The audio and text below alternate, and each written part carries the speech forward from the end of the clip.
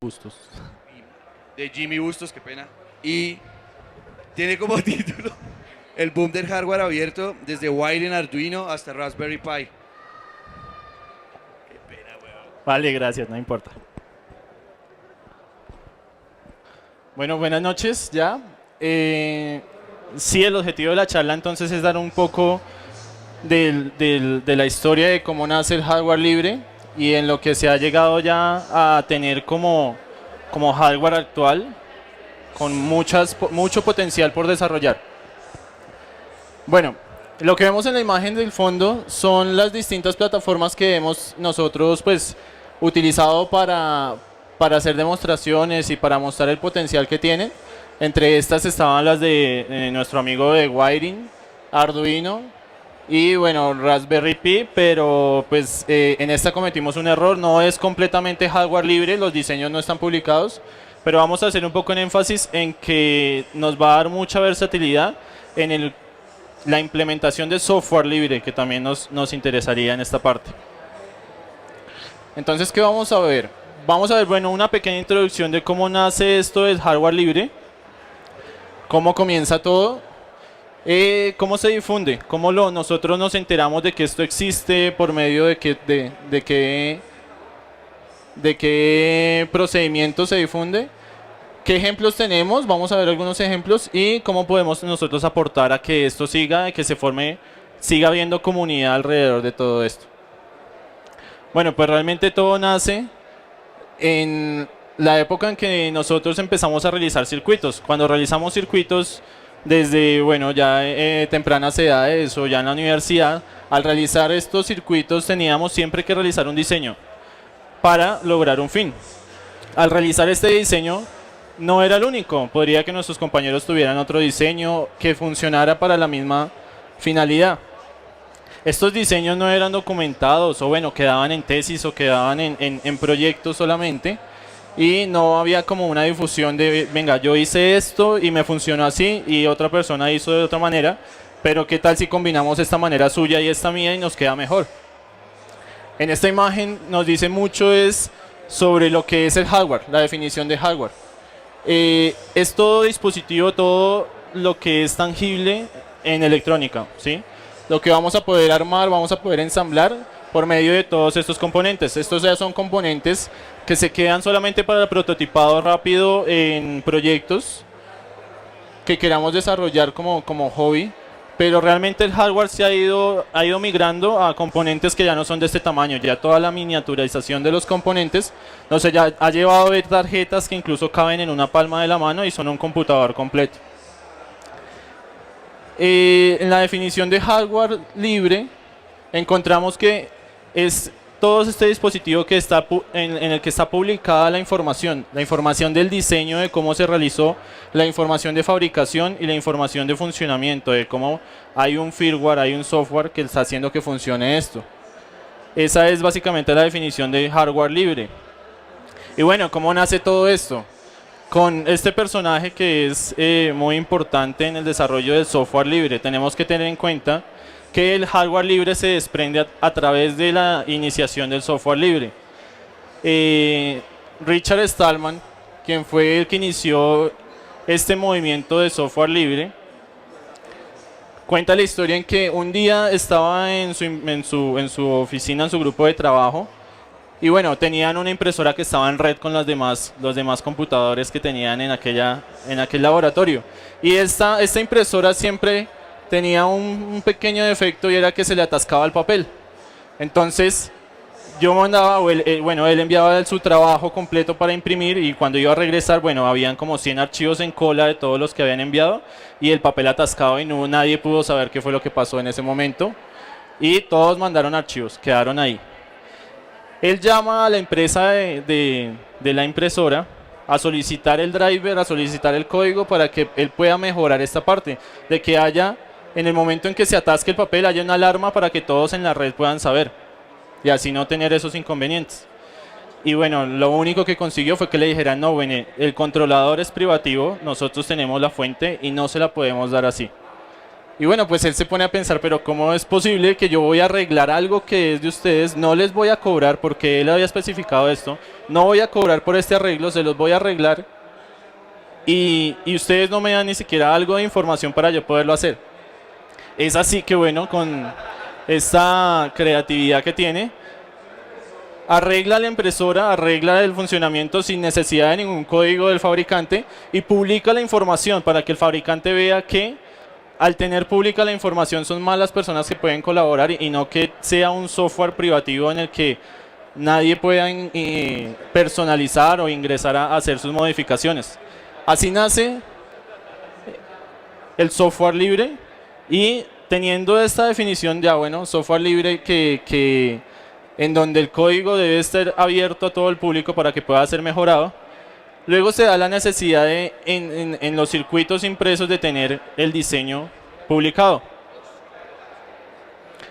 Entonces, bueno, tomamos la definición como les había comentado, que es todo aquel dispositivo en que están sus diseños publicados en general para que cualquier persona pueda coger, fabricarlo y redistribuirlo si quiere, mejorarlo o venderlo si es necesario también.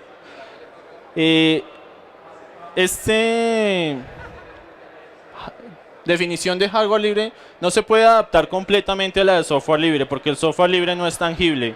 Bueno, aunque hay un desarrollo pues intelectual, el hardware libre implica costos. Yo tengo que fabricar algo real, implica costos, entonces no sería del todo libre porque tengo que invertir dinero en el desarrollo de algún prototipo. Básicamente es como la diferencia en que la definición de software libre no se ha podido implementar bien al hardware libre. Por eso es que el hardware libre podría tener muchas definiciones y dependiendo de qué tan libre es el hardware puede tener algunas. Estas son solamente algunas de las definiciones que estarían y de las cuales hay organizaciones completas, que sería la Free Hardware Design.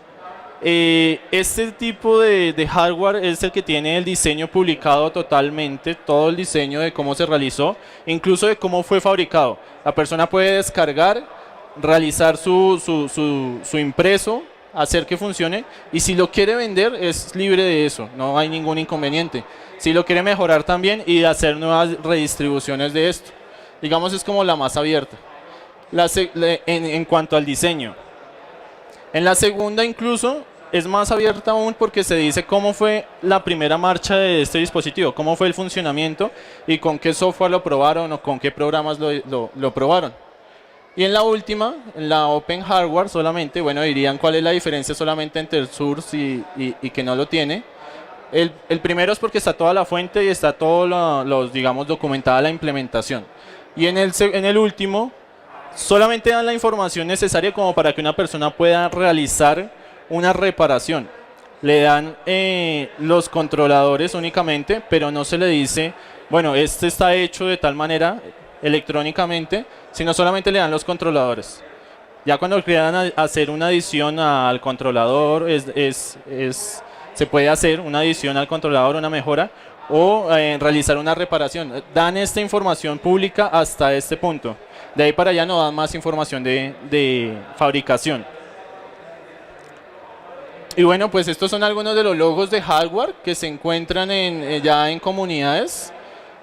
Algunos de los que ya les había mencionado. Sobre esto se hacen comunidades web que, pues bueno, son mundiales y que todo el mundo todas las personas están aportando para que sea, así como el software libre, hayan mayores diseños, que sea más asequible para las personas, más fácil de implementar si se desea y más fácil de entender. Estos son entonces algunos ejemplos de lo que tenemos actualmente como hardware libre.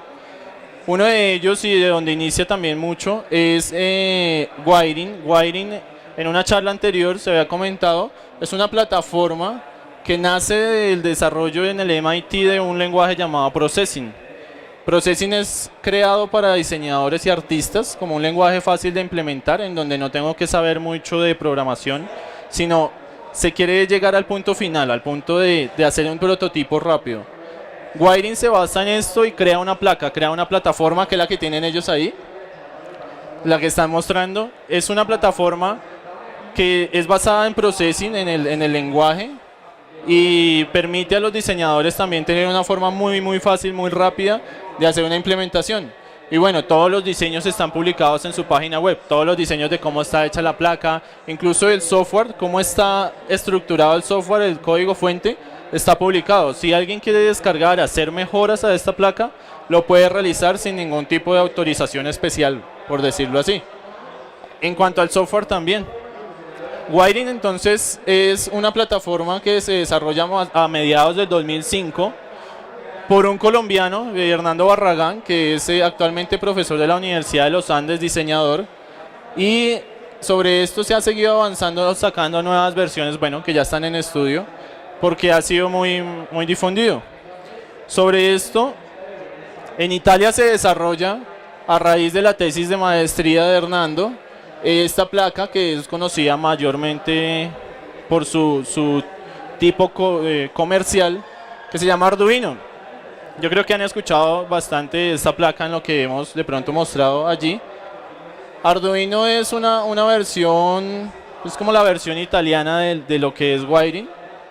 Y en ellos también se encuentra, es un microcontrolador y todos los diseños están publicados. Aquí se puede también hacer conexiones rápidas para realizar un prototipado. El lenguaje también es derivado de processing. Es muy sencillo, es una programación en C++. Y bueno, hay demasiados proyectos, como es hardware libre, está atado al software libre. Y en las páginas oficiales podemos encontrar demasiados proyectos de gente alrededor del mundo que está implementando estas plataformas para hacer automatización, para hacer control de hogares, de edificios, para hacer hobby, para hacer robótica. No solamente se queda en esta parte de donde nació, del diseño.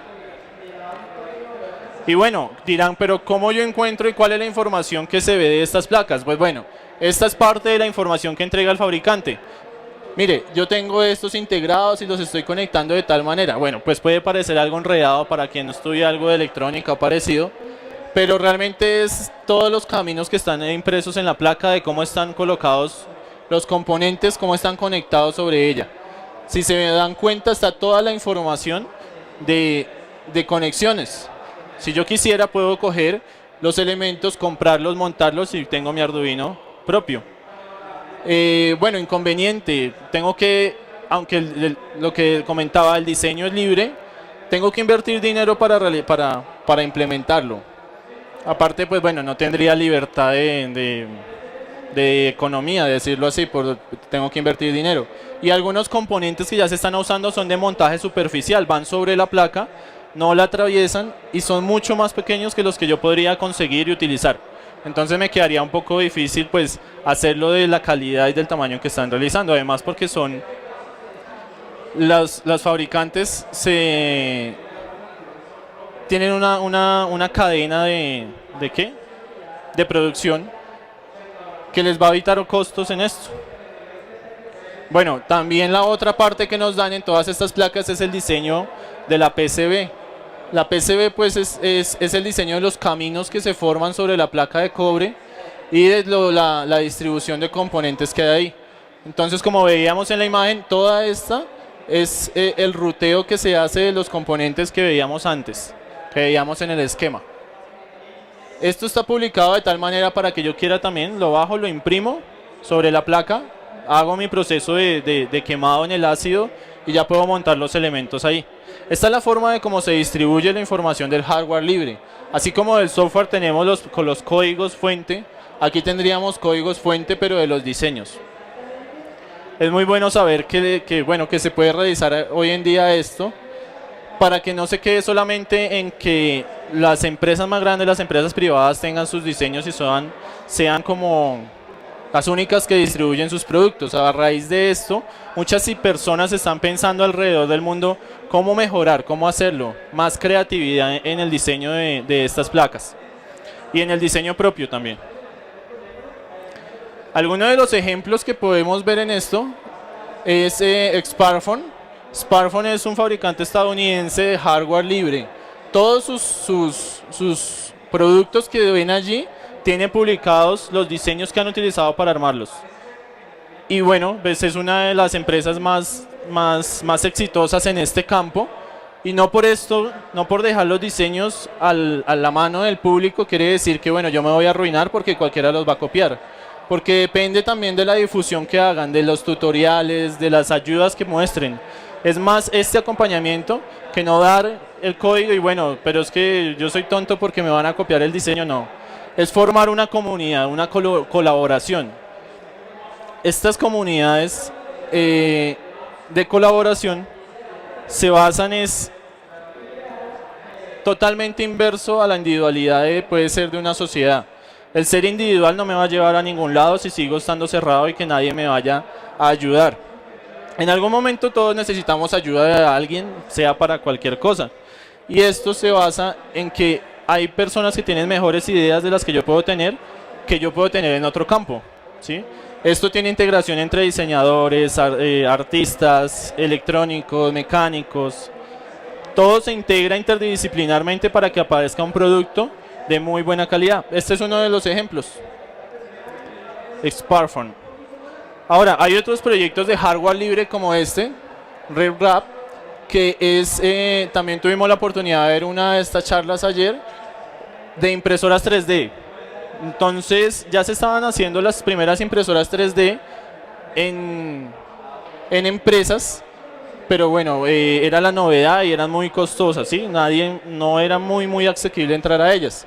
Entonces bueno, pues empezaron a diseñar para no tener esta complique, esta barrera, y en esta página, cuando quieran entrar, van a ver diseño de más o menos como 8 impresoras distintas, impresoras 3D, y le dicen la lista de materiales, qué materiales debe usar, en qué tamaños, cómo los debe armar, videos explicando de cómo se debe usar. Entonces, bueno, pues ya tengo todas las herramientas para yo poder armarla y hacer lo que quiera ya con estas impresoras.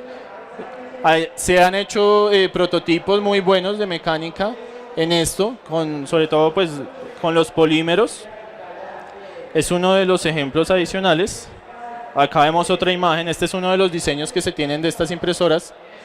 Y vemos que es como un extrusor, es una parte que inyecta el polímero y empieza a hacer capa sobre capa de la forma que se esté dando allá en el software CAD.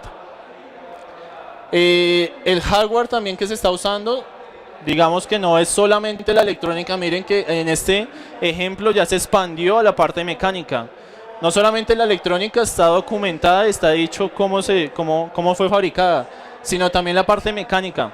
Todos los diseños en el software de diseño y las especificaciones de materiales están también publicadas.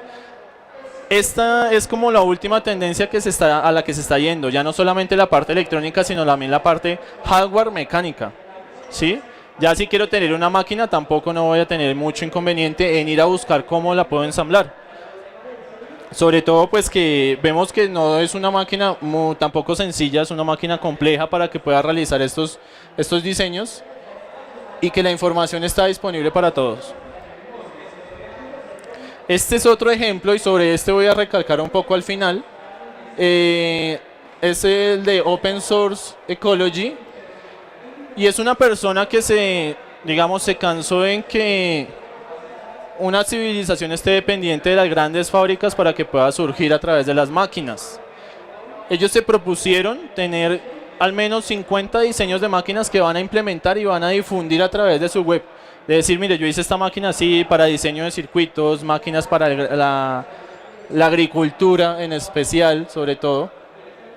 Y van a publicar todos los diseños, incluso ya tienen 8 diseños publicados sobre tractores, sobre diseño de circuitos y demás. Toda la parte mecánica está ahí documentada. Esta es una muy buena iniciativa sobre hardware. Entonces veamos cómo la tendencia electrónica ya está pasando a la mecánica. Y bueno, llegamos a Raspberry Pi, que no es hardware libre porque no tenemos los diseños, pero se nos da la suficiente información como para crear los controladores. Entonces entraría en una de esas, casi que en una de esas definiciones que había dado al inicio. Y se enfatiza en que fue creada también pensando en el uso de software libre, software embebido libre. Incluso estas Raspberry vienen con una distribución de Debian inicial con la que se pueden realizar pruebas. Realmente aquí no hay un ánimo de lucro. Estas tarjetas se están realizando a costo y así las están vendiendo al mundo. Porque lo que se quiere es difundir que pueden haber máquinas muy potentes que podemos conseguir a muy bajo precio. La tecnología tiene que ser inclusiva, tiene que estar para todo el mundo. Esta tiene por lo menos un procesador ARM11 de 900 MHz y 512 megas de memoria RAM. Aparte tiene una salida HDMI, dos puertos USB, entrada de Ethernet, audio, video, análogo. Y bueno, pues en la SD podemos colocar el sistema operativo que empecemos a utilizar. Es un hardware muy potente. Y bueno, es como una tarjeta de presentación, no es muy grande. Podemos decir que tenemos un computador portátil ahí y a un precio increíble. Sobre esto entonces, aquí es donde nos especifican, bueno, cuáles son las partes, hay un poco más de información y sobre todo en la parte de controladores, de cómo generarlos. Hay mucha gente ya que está trabajando alrededor del mundo y tratando de mejorar el software que pueden cargar a este tipo de tarjetas. Ya quisiera, bueno, dejarles también ver por acá un video. ¿Tengo audio? ¿Audio? ¿No hay? Bueno, será sin audio, pero bueno, tiene subtítulos.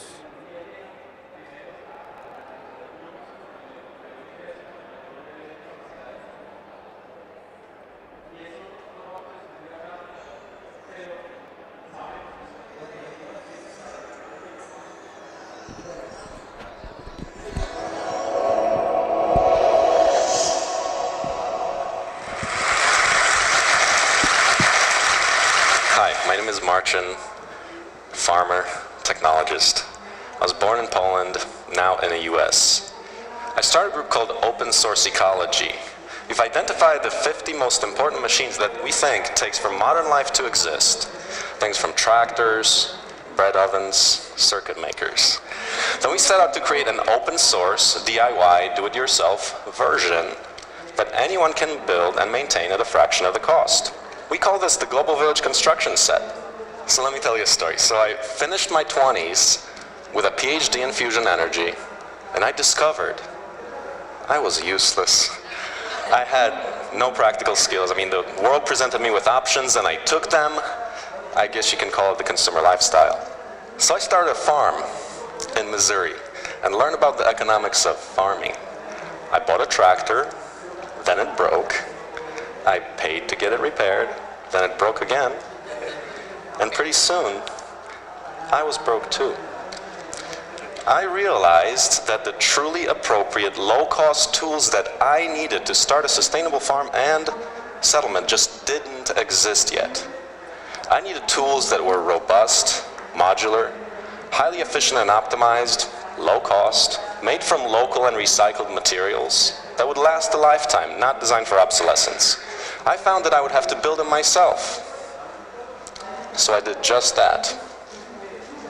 And I tested them. And I found that industrial productivity can be achieved on a small scale. So then I published the 3D designs, schematics, instructional videos, and budgets on a wiki. Then contributors from all over the world began showing up, prototyping new machines during dedicated project visits. So far we have prototyped 8 of the 50 machines, and now the project is beginning to grow on its own.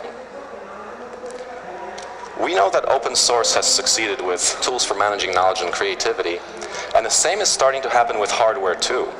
We're focusing on hardware because it is hardware that can change people's lives in such tangible material ways. If we can lower the barriers to farming, building, manufacturing, then we can unleash just massive amounts of human potential. That's not only in the developing world. Our tools are being made for the American farmer, builder, entrepreneur, maker. We've seen lots of excitement from these people who can now start a construction business, parts manufacturing, organic CSA, or just selling power back to the grid. Our goal is a repository of published designs so clear, so complete that a single burned DVD is effectively a civilization starter kit. I've planted 100 trees in a day. I've I've pressed 5,000 bricks in one day from the dirt beneath my feet and built a tractor in 6 days. From what I've seen, this is only the beginning. If this idea is truly sound, then the implications are significant. A greater distribution of the means of production, environmentally sound supply chains, and a newly relevant DIY maker culture can hope to transcend artificial scarcity. We're exploring the limits of what we all can do to make a better world with open hardware technology. Thank you.